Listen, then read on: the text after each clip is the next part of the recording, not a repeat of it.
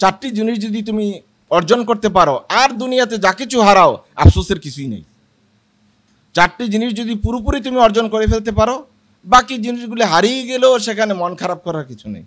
1 number হেফজু আমানাতিন, আমানতের হেফাজত করা, যেটা আমাদের অনেকেরই হয়ে ওঠে না।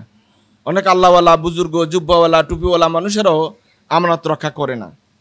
এটা পরীক্ষিত হয় তখন যখন সম্পদের আমানত কাউকে দেওয়া হয়। আবার অনেকে এইরকম পোশাক লাগাইয়া মানুষদেরকে ধোঁকা দেওয়ার জন্য আমানতদার সাজে। এই দুটোই মুসিবত। 2 নম্বর হলো সিদকু হাদিসিন, যা বলবেন সত্য কথা বলবেন, সত্যের উপরে থাকবেন। 3 নম্বর হলো হুসনু খালিকাতিন, আপনার চরিত্র, আপনার আচরণ এটা হবে সর্বোত্তম। 4 নম্বর হচ্ছে ওয়া ইফাতুন ফি তুমিহ, আপনি যা খাবেন সেটা একেবারে পরিষ্কার পরিচ্ছন্ন হালাল। মাসনাদ আহমদে ইমাম আহমদ বিন হাম্বল রাহিমাহুল্লাহ হাদিসটি উল্লেখ করেছেন। কিতাবুজ যুহদে তার আলাদা একটি কিতাব আছে, সেখানে হাদিসটি উল্লেখ করেছেন। আবু হুরায়রা রাদিয়াল্লাহু তাআলা থেকে হাদিস, ইমাম বুখারী আলাইহির রাহমাহ হাদিসটি উল্লেখ করেছেন। আন আবি হুরায়রা রাদিয়াল্লাহু তাআলা আনহু আনিন নবী সাল্লাল্লাহু আলাইহি ওয়াসাল্লাম قال ইয়াতি আলান নাস জামানুন, এমন একটি সময় মানুষের মাঝে চলে আসবে, সম্ভবত এই সময়ের মধ্যেই আমরা আছি। সেটা কি? লা ইউবালিল মারউ মা আখাযা মিনহু, কোনখান থেকে ইনকাম করলো এই বিষয়টি মানুষ কোনো পাত্তাই দিবে না, কোনো খেয়ালই করবে না কোন উৎস থেকে সে তার আয় করেছে। আমিনাল হালালে আমিনাল হারাম, ঠিক হারাম উৎস থেকে মালিক হয়েছে নাকি হালাল উৎস থেকে মালিক হয়েছে, এই বিষয়টি কোনো পাত্তাই দিবে না। এমন একটি সময় মানুষের মাঝে চলে আসবে। আবু বকর সিদ্দিক রাদিয়াল্লাহু তাআলা আনহু থেকে হাদিস, তিনি বলছেন ক্বালা ক্বালা নবী সাল্লাল্লাহু আলাইহি ওয়াসাল্লাম লা ইয়াদখুলুল জান্নাতা জাসাদুন গুযিয়া বিল হারাম, ওই শরীর বডি কখনোই জান্নাতে যাবে না যে তার খাদ্য গ্রহণ করেছে হারাম উপার্জন দিয়ে। সুতরাং আল্লাহ রাব্বুল আলামিন যে বলছেন হালালান, এই হালাল বিষয়টি বিষয়ে রিজিকের ক্ষেত্রে আমাদের খুবই সতর্ক হওয়া উচিত। আয়াতে আল্লাহ রাব্বুল আলামিন আরেকটি শব্দ উচ্চারণ করেছেন, বলেছেন সেটা হলো হালালান তাইয়্যিবা। তাইয়্যিব শব্দটির উপর আমরা তখন কথা বলিনি, শুধু হালালের উপর কথা বলছি। হালাল হওয়া আর তাইয়্যিব হওয়া এক নয়। তাইয়্যিব হলো স্বাস্থ্যকর, উত্তম, যেটি খেলে আপনার শরীর এবং মন চাঙ্গা হবে, ওটাকে আল্লাহ তাআলা তাইয়্যিব বলেছেন। হালাল এক ভিন্ন বিষয়, তাইয়্যিব আরেক ভিন্ন বিষয়। পোলাও অথবা মুরগি অথবা যে কোনো ভালো খাবার, এটা ভালো ছিল, দুধ খুব ভালো খাবার, ভালো ছিল, কিন্তু এটা এখন পচে গেছে, এটা আর এখন তাইয়্যিব নাই। হালাল কিন্তু তাইয়্যিব না। আপনাকে আল্লাহ তাআলা হালাল এবং তাইয়্যিব দুটা নিতে বলেছেন। 1 নম্বর, এটার উৎস সঠিক, সূত্র ঠিক, শুদ্ধ, আয়ের উৎস ঠিক ছিল, কিন্তু এখন কোনো না কোনো কারণে নষ্ট হয়ে গেছে, ওটা আপনাকে নিতে আল্লাহ তাআলা নিষেধ করেছেন, অনুৎসাহিত করেছেন, কারণ এটা আপনার জন্য হিতে বিপরীত হবে, আপনার স্বাস্থ্যহানি ঘটবে। আল্লাহ তাআলা বলছেন হালালান তাইয়্যিবা। তাইয়্যিব শব্দের যত ব্যাখ্যা উলামায়ে কেরাম করেছেন তাফসীরের কিতাবগুলোতে, সব হলো আত-তাহের, পবিত্র। এজন্য কোনো খাবিস জিনিস আপনি নিতে পারবেন না, যেমন মৃত প্রাণীর গোশত, এটা খেতে পারবেন না, এটা এমনিতেও হারাম। আদ-দামুল মাসফু, যেই প্রবাহিত রক্ত, অথবা আল খিনজির, শূকরের মাংস, অথবা যেটি শ্বাসরুদ্ধ হয়ে মারা গেছে এমন প্রাণীর গোশত, এগুলো আল্লাহ তাআলা নিষেধ করেছেন। কোরআনে কারীমের সূরা আল বাকারা আল্লাহ রাব্বুল আলামিন এই বিষয়ে একটি আলাদা আয়াতই বর্ণনা করেছেন। জামিউল মুখাম্মারাত মিনাল মাশরুবাত, যত রকমের পানীয় আছে যেগুলো আপনাকে মাদকতা দেয়, সবগুলো হলো মিনাল খাবাইস, এগুলোকেও গ্রহণ করা যাবে না। আল্লাহ সুবহানাহু ওয়া তাআলা বলছেন সূরা আল বাকারা আয়াত নম্বর 172, ইয়া আইয়ুহাল্লাযীনা আমানু, ওহে ঈমানদারগণ। দেখেন এতক্ষণ পর্যন্ত বলছে ইয়া আইয়ুহান নাস, কিন্তু এই আয়াতে বলতেছেন ইয়া আইয়ুহাল্লাযীনা আমানু, ওহে ঈমানদারগণ। ঈমানদারদের জীবনাচার এটা সাধারণ মানুষের জীবনাচার চেয়ে সম্পূর্ণ ভিন্ন। চলাফেরা, কথা বলা, আপনার খাবার গ্রহণ, তার জীবনের যত রকমের কাজ আছে সব কাজটা হবে ভিন্ন। সাধারণ মানুষের মতো নয়। ইয়া আইয়ুহাল্লাযীনা আমানু কুলু মিন তাইয়্যিবাতি মা রাযাকনাকুম, এখানে হালাল শব্দটাই বলে নাই, কুলু মিন তাইয়্যিবাতি মা রাযাকনাকুম, তোমাদের জন্য তাইয়্যিব উত্তম যে জিনিস আমি তোমার রিজিক হিসাবে দিয়েছি সেটা গ্রহণ করো। হালাল হইলেই ইমানদার নিবে না, ইমানদার হালালের পরে তাইয়্যিব শব্দটাকেও লক্ষ্য রাখবে। ওয়াশকুরুল্লাহ ইন কুনতুম ইয়াহু তা'বুদুন। এবং আল্লাহ তাআলা অন্য আয়াতে বলেছেন লা ইয়াস্তাবিল খাবিস ওয়াত তাইয়্যিব, খাবিস আর তাইয়্যিব দুইটা এক হতে পারে না।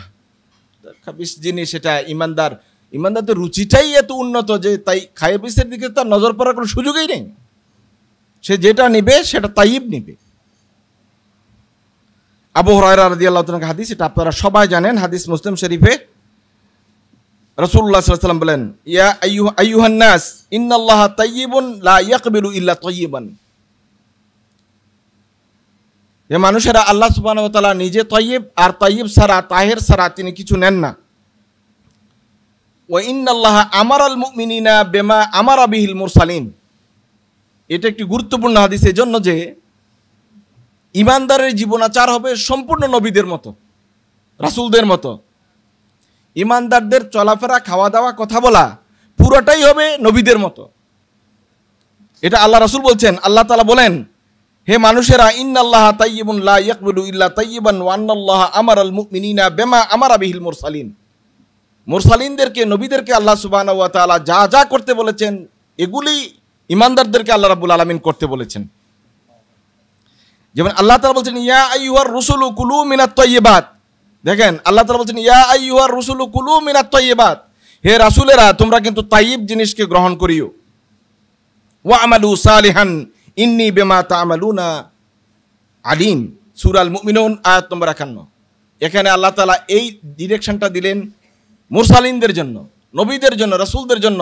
আর ওনাদের মান, মর্যাদা, শান বর্ণনাতীত উচ্চ মর্যাদায় রয়েছে। এরপর আল্লাহ সুবহানাহু ওয়া তাআলা সূরা আল বাকারা আয়াত নম্বর 172, একটু আগে আয়াত যেটা আওয়াজ করেছে, আল্লাহ রাসূল বলছেন, আল্লাহ তাআলা ঈমানদারদের লক্ষ্য করে সে কথাটি বলছেন, ইয়া আইয়ুহাল্লাযীনা আমানু কুলু মিন তাইয়্যিবাতি মা রাযাকনাকুম। তাহলে নবীদের জন্য যে নির্দেশ দিয়েছেন, ঈমানদারদের জন্য আল্লাহ সুবহানাহু ওয়া তাআলা হুবহু সেই তাইয়্যিবাত গ্রহণ করারই নির্দেশ দিয়েছেন। নবীদের জীবনাচার যেমন বিশুদ্ধ সুন্দর, ঠিক ঈমানদারদের জীবনাচার সেটাও বিশুদ্ধ এবং সুন্দর হবে। আল্লাহ রাসূল বলেন সুম্মা যাকারা রাজুলা ইউতিলু সাফার। কোন এক মানুষ লম্বা সফরে রয়েছে, আর আমরা সবাই জানি মুসাফিরের দোয়া আল্লাহ তাআলার কাছে কবুল হয়। লোকটির অবস্থা কি? আশ আসা আকবারা। হাদিস এই দুইটা শব্দই কঠিন। আশ আসা আকবারা, ধুলায় দূষরিত এলোমেলো চুল। সুম্মা ইয়ামুদ্দু ইয়াদাই, এই অবস্থায় সে আল্লাহ তাআলার কাছে হাত উত্তোলন করে দোয়া করতে থাকে, ইলাস সামা ইয়া রাব্বি ইয়া রাব্বি, দোয়া করতে, ইয়া রব, হে আমার রব, আমার দোয়া কবুল করেন, আমি মুসাফির, আমি এমন একটা অবস্থায় আছি। আল্লাহ রাসূল বলেন মাতআমুহু হারামুন ওয়া মাশরাবুহু হারামুন ওয়া মালবাসুহু হারামুন।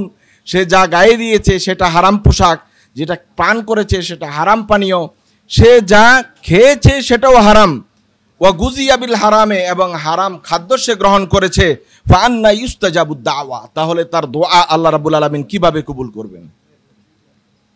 সহিহ মুসলিমে হাদিসটি বর্ণিত হয়েছে যে নবী রাসূলদের দোয়া কবুলের জন্য আল্লাহ তাআলার কাছে কোনো সন্দেহ নাই, দোয়া করার সাথে সাথেই কবুল। এবং এই হাদিস এটা ইন্ডিকেট করছে আপনার দোয়া কবুলের একটি প্রধান এবং অন্যতম শর্ত হলো রিজকে হালাল।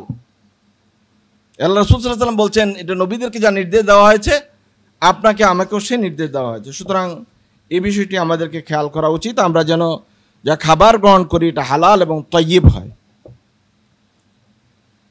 সম্মানিত সুধীমণ্ডলী, আয়াতের শেষাংশে আল্লাহ সুবহানাহু ওয়া তাআলা ইরশাদ করেছেন, ওয়ালা তাত্তাবিউ খুতুওয়াতিশ শাইতান ইন্নাহু লাকুম আদুউম মুবিন। শয়তানের পদাঙ্ক অনুসরণ করিও না, এটা হলো শাব্দিক অর্থ। ইমাম ফখরুদ্দিন আর রাজি রাহমাহুল্লাহ তাফসির আল কাবীর, এটা সবচেয়ে দীর্ঘতম তাফসিরগুলির মধ্যে একটি তাফসির, এবং এই তাফসিরের বড় বৈশিষ্ট্য হলো মান্তিক বা ফালসাফা দুটো, আপনার তর্কশাস্ত্র আর দর্শনের সংমিশ্রণে লেখা এত বড় তাফসির আর কেউ লিখতে পারেন নাই। তিনি বলছিলেন যে সূরা ফাতিহার তাফসিরটা এক খণ্ডে লেখা শেষ করেছি, সময়ের অভাবে আর এটা দীর্ঘ করলাম না। আমি চাইলে এটা অনেক খণ্ডে শেষ করতে পারতাম। তো সূরা ফাতিহার তাফসির ওনার এক খণ্ড, এবং আপনারা পড়লে খুব মজা পাবেন। এই যে এখনকার আপনার তর্কশাস্ত্র বা এই যে আপনার বিজ্ঞানের বিষয়ে অনেক প্রশ্নের জবাব সেখানে উনি অনেক বছর আগে পরিপূর্ণভাবে দিয়েছেন। তো খুতুয়াতুশ শয়তানের যে তাফসিরটা উনি করেছেন, পদাঙ্ক অনুসরণ, এটা হলো শাব্দিক অনুবাদ। তিনি বলছেন তুরুকাশ শয়তান, শয়তানের যত রাস্তা আছে, শয়তানের রাস্তা একটা না, কারণ শয়তান তো একটা না, শয়তান এক এজেন্ট হলো হাজারে হাজারে লাখে লাখে এজেন্ট, এ প্রত্যেকের এক একটা রাস্তা আছে। আপনি যত ইজম দেখেন, মতবাদ দেখেন, এগুলো কোনো না কোনো শয়তান দ্বারাই এগুলো উদ্ভব হয়েছে এবং মানুষ এগুলোর অনুসরণ করছে। এজন্য ফখরুদ্দিন রাজি রাহমাহুল্লাহর এই তাফসিরটা একেবারে যুগান্তকারী তাফসির হয়েছে। তিনি বলছেন তুরুকাশ শয়তান, শয়তানের পদাঙ্ক অনুসরণ করলে তো এক শয়তান যাচ্ছে, তার পিছিয়ে পিছিয়ে আপনি যাবেন, ঘটনা এরকম না। শয়তান তো হাজারে হাজার। যে হাদিস আপনারা পড়েছেন কিতাবুল ঈমানে, আল্লাহ রাসূল সাল্লাল্লাহু আলাইহি ওয়াসাল্লাম বলছেন প্রত্যেকের রাস্তার মাথায় একটা শয়তান বসা আছে। তাহলে এত শয়তানের মেলায় ওনার তাফসিরটা একেবারে পারফেক্ট তাফসির। উনি বলছেন তুরুকাশ শয়তান, শয়তানের রাস্তাগুলোকে অনুসরণ করিও না। ওহু আদুব্বু মুবিন, সে তোমাদের প্রকাশ্য শত্রু। এটা কোরআনে কারীম আল্লাহ রাব্বুল আলামিন স্পষ্ট করেছেন। এটাকে আসলে আমরা হৃদয় দিয়ে অনুভব করি না।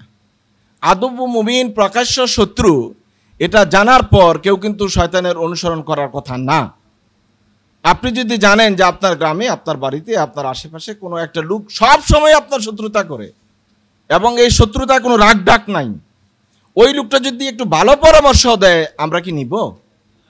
কারণ আমরা জানি যে তার ভালো পরামর্শের পিছনেও কিন্তু একটা শয়তানি এমন, আসলে এমনি পরামর্শ দেয় নাই, সে কিন্তু নিশ্চয়ই আরেকটা কোনো একটা টার্গেটেই পরামর্শটা দিয়েছে। আব্দুল কাদের জিলানী রাহিমাহুল্লাহ, হুকিয়া ওয়াকিলা, এটা কোনো অথেন্টিক বিষয় নয়, আমি কিচ্ছাই বলছি, ওনাকে নাকি শয়তান বারবার ধোঁকা দেওয়ার চেষ্টা করেছিল। তো শয়তান বহুবার ধোঁকা দেওয়ার চেষ্টা করার পরেও শয়তান ব্যর্থ হয়েছে। ব্যর্থ হওয়ার পরে সে লাস্ট যে চিকিৎসাটা করেছে সেটা হলো, আব্দুল কাদের জিলানী, অনেক দিন ধরে আপনার পিছনে পিছনে ঘুরছি আপনাকে গুমরাহ করার জন্য, কিন্তু পারি নাই। আপনার ইলম আপনাকে কিন্তু বাঁচিয়ে দিয়েছে। আপনার ইলম, উনি তো কোনো বড় মুহাদ্দিস ছিলেন, আপনারা জানেন, বাগদাদের নিজামিয়া মাদ্রাসার শাইখুল হাদিস ছিলেন, বড় মাপের মুহাদ্দিস ছিলেন। উনি কিন্তু হাম্বলি মাযহাবের ইমাম ছিলেন। তুমি বলছো না অনেক এলেম, আপনার এত প্রচুর এলেমের কারণে আপনি আজকে আমার চক্রান্ত থেকে, ষড়যন্ত্র থেকে বেঁচে গিয়েছেন। আব্দুল কাদের জিলানী রাহিমাহুল্লাহ বললেন, এটা হলো তোমার শেষ ট্যাবলেটটা, এটা শেষ ট্যাবলেট এই জন্য যে আমি যখন এই বিশ্বাস করব আমার এলেম আমাকে বাঁচিয়েছে, তাহলে আমার ইমানই থাকবে না, তখন আমি পুরা কাফের হয়ে মরে যাওয়ার জন্য যে চিকিৎসা এটা করা হয়েছে। তখন উনি বললেন লা হাওলা ওয়ালা কুওয়াতা ইল্লা বিল্লাহ, এটা হলো তোমার শেষ কৌশল, যেই কৌশল দিয়ে তুমি আমাকে হেদায়েতের রাস্তার দিকে, গুমরার দিকে নিতে চেয়েছিলে, আমাকে কাফের বানিয়ে দিতে চেয়েছিলে। সুতরাং ভাইয়েরা, শয়তান যেহেতু আদুব্বু মুবিন, আব্দুল কাদের জিলানী রাহিমাহুল্লাহ যেভাবে ট্রিটমেন্টটা করেছেন, এইভাবে ট্রিটমেন্টে থাকুন। আপনাকে যখন কেউ প্রশংসা করে, আপনার কাছে, আমার কাছে খুব ভালো লাগে। এই বিষয়টি ইহইয়া উলুমুদ্দিনে ইমাম গাজালি রাহিমাহুল্লাহ বলছেন যে কিবিরের যে কতগুলো, অহংকার প্রদর্শনের যে কতগুলো আইটেম আছে, এগুলোর মধ্যে 16টা আইটেম আলোচনা করেছেন ইহইয়া উলুমুদ্দিন আল গাজালি। এটা আপনাদের মতো উলামায়ে কেরামদের পড়া উচিত, কারণ আপনার আত্মিক পরিশুদ্ধতার জন্য খুবই চমৎকার বই। ইমাম গাজালি লেখা, বাংলা হয়ে গেছে, বাংলাও পাবেন এখন বাজারে। উনি সেখানে বলছেন যে যদি কেউ প্রশংসা করে, আর এই প্রশংসায় যদি আমার ভালো লাগে, দেখেন না একটু আগেও তো আমার কিছু প্রশংসা ওনারা করছে, এটা তো আমার ভালো লাগে না, খুব ভালো লাগে। এই ভালো লাগাটাই হলো এক ধরনের অহংকার, এবং আপনার গুমরাহ হওয়ার জন্য এটাই যথেষ্ট। আপনি যদি মনে করেন না মাশাআল্লাহ মোটামুটি কিছু যোগ্যতা তো আমার হয়েছে, খারাপ না তো, ইন্না শায়তানা লাকুম আদুব্বুম মুবিন। শয়তান এখানে এক জায়গায় সামনে দাঁড়িয়ে দাঁড়িয়ে কাজ করে না, অনেকভাবে কাজ করে। এই জন্য ইমাম রাজি রাহমাতুল্লাহ তুরুক, এই কথাটা অত্যন্ত চমৎকার একটি তাফসীর হয়েছে, তুরুকুশ শয়তান। আপনি আলেম, আপনার কাছে শয়তানের যেই কাজের পরিধি এটা একরকম, জাহেল তার কাছে আরেক রকম, একজন অফিসার তার কাছে আরেক রকম, একজন বুদ্ধিজীবী সেখানে আরেক রকম। এক কৌশলে শয়তান কাজ করে না। সুতরাং তুরুকুশ শয়তান থেকে নিজেকে হেফাজত করুন। আল্লাহ সুবহানাহু ওয়া তাআলা বলছেন ইন্নাহু লাকুম আদুব্বুম মুবিন। সম্মানিত ভাইরা, ফখরুদ্দিন রাজি রাহিমাহুল্লাহ বলছেন লিআন্নাহু ইলতাজামা উমুরান সাবআতান ফিল আদাওয়া। আদাওয়াতের ক্ষেত্রে 7টা জিনিস শত্রুতার ক্ষেত্রে শয়তান গ্রহণ করেছে। আমি আয়াতের অনুবাদ করব না, আপনারা সবাই আলেমে দ্বীন, আপনারা জানেন। আমি শুধু আয়াতটা তেলাওয়াত করে যাচ্ছি। অত্যন্ত সুন্দর করে তিনি বলেছেন। আল্লাহ তাআলা বলেন 4টা একটা আয়াতে আছে, 4টা শত্রুতা একটা আয়াতে আল্লাহ তাআলা বর্ণনা করেছেন। ফি কাউলিহি তাআলা লা উদিল্লান্নাহুম ওয়া লা উমান্নিয়ান্নাহুম ওয়া লা আমুরান্নাহুম ফালিয়ুবাত্তিকুন্না আযানাল আনআমে ওয়া লা আমুরান্নাহুম ফালিয়ুগাইয়িরুন্না খালকাল্লাহ।